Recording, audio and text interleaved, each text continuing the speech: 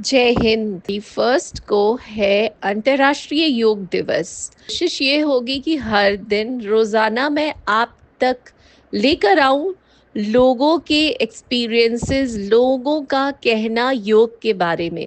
आप लोगों के एक्सपीरियंसेस भी सुने और जाने कि कितना आवश्यक है योग हम सबके जीवन में। कल यानी 15 जून को मैं थी गांधी पार्क में, जहां पर कि दून योग पीठ देहरादून, भारतीय योग संस्थान देहरादून और अष्टांग योग संस्थान देहरादून, इन सभी ने आपसी सहयोग के द्वारा लोगों के अंदर योग दिवस को लेकर और योग से संबंधित गगनभेदी नारों के साथ वहां पर लोगों को अवेयर कराने की कोशिश करी। डेली आपके साथ जुड़ूंगी मैं और बात करूंगी किसी ना किसी एक व्यक्ति से जो कि योग से संबंधित है, ताकि आप हो सके मोटिवेटेड। तो हमारे साथ हैं सर सुधीर वर्मा, ये भी योगाचार्य हैं और बहुत समय से मेरे ख्याल से आप योग कर रहे होंगे सर।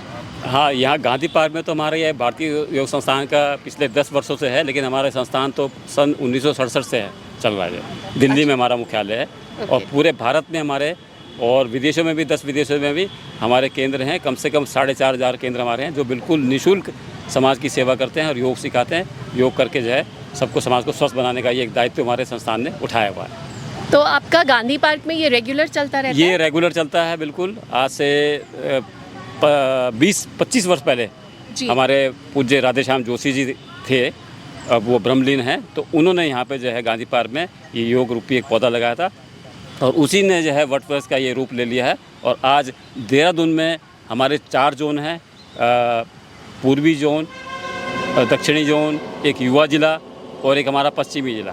तो ये पश्चिमी ज़िला के अंदर ये आता है और मैं पश्चिमी ज़िले का यहाँ पे मैं कार्य देखता हूँ। प्रधान के पद पे यहाँ पे कार्य कर रहा हूँ मैं।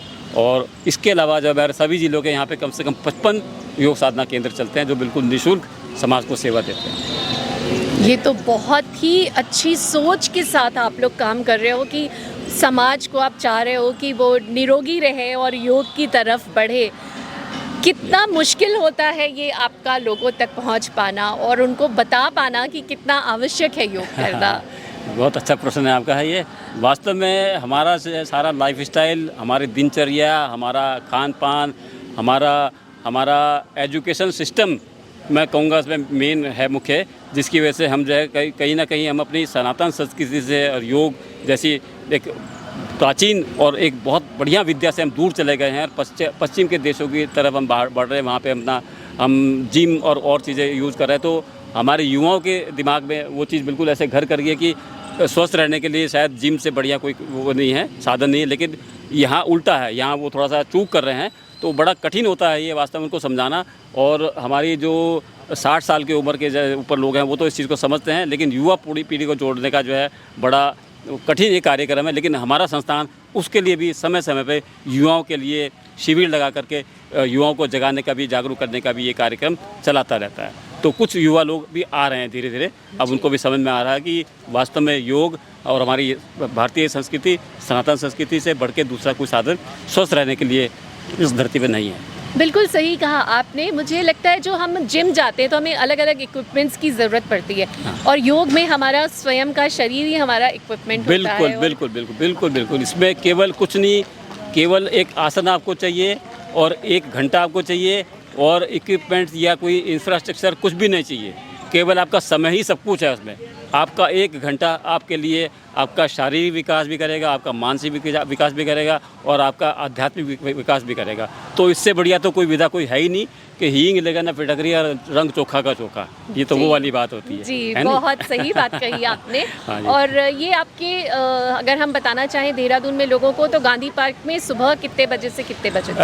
सुबह 5:30 से लेके और 7 बजे तक हमारा 1.5 घंटे का ये योग कार्यक्रम हमारा चलता है यहाँ। अरे वाह। और जिस तरह से यहाँ पे लोग आते हैं उससे लग रहा है कि ये योग की तरफ झुकाव लोगों का बढ़ रहा है। बिल्कुल बढ़ रहा है। और धीरे धीरे जागरूकता आ रही है और एक दूसरे से जब हम अपना शेयर करते हैं, उनको योग के लाभ बताते हैं, तो अन्य लोग भी जुड़ते हैं और वो भी लाभान्वित होते हैं। तो आपको क्या लगता है कि क्या लाभ हैं ऐसे जिनको कि हम अपने व्यूअर्स तक पहुँचाएं कि वो भी प्रेरित हों कि केवल अंतर्राष्ट्रीय योग दिवस के लिए नहीं परंतु अपने स्वयं की सेहत के लिए रोज़ाना योग करें?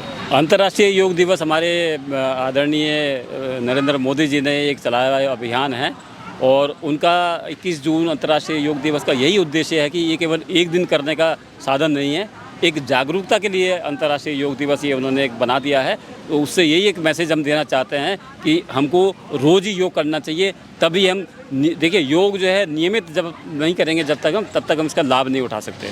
केवल ऐसा नहीं है कि हमने जो है अंतर्राष्ट्रीय योग दिवस में जो है 21 जून हमने बना लिया और उसमें एक दिन आकर के हमने वो कर लिया, तो इससे हमारा जो है भला होने वाला नहीं है।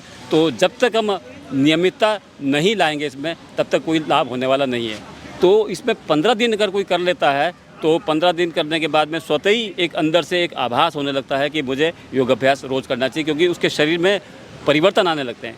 शारीरिक स्तर पर, मानसिक स्तर पर और आध्यात्मिक स्तर पर भी शरीर में परिवर्तन आने लगता है और उसका रुझान, उसका स्वभाव अपने आप जो है योग की तरफ बढ़ता चला जाता है। बिल्कुल सही बात कही आपने। अपना कीमती समय देते हुए आप अभी भी अपने योग के शिष्यों के साथ जुड़े हुए हैं। बहुत बहुत धन्यवाद। धन्यवाद। जय हिंद।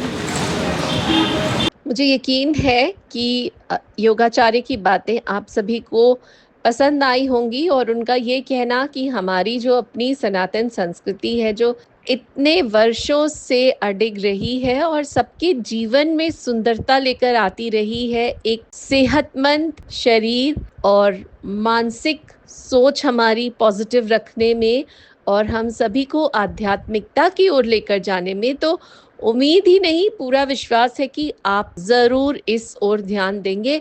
और मेरी इस कोशिश में अगर 10 लोग भी मान जाते हैं कि हाँ योग से ही होगा और उनको योग अपने जीवन में अपना लेना चाहिए, अगर आप अपने कमेंट्स के द्वारा मुझे ये बता देते हैं, तो मेरे लिए भी एक मोटिवेशन होगा ऐसी एक्टिविटीज़ को करते रहने का, लोगों को आपके सामने लाते रहने का और अपने समाज, अपने देश को हेल्दी बनाने का, not only physically but mentally, psychologically and spiritually.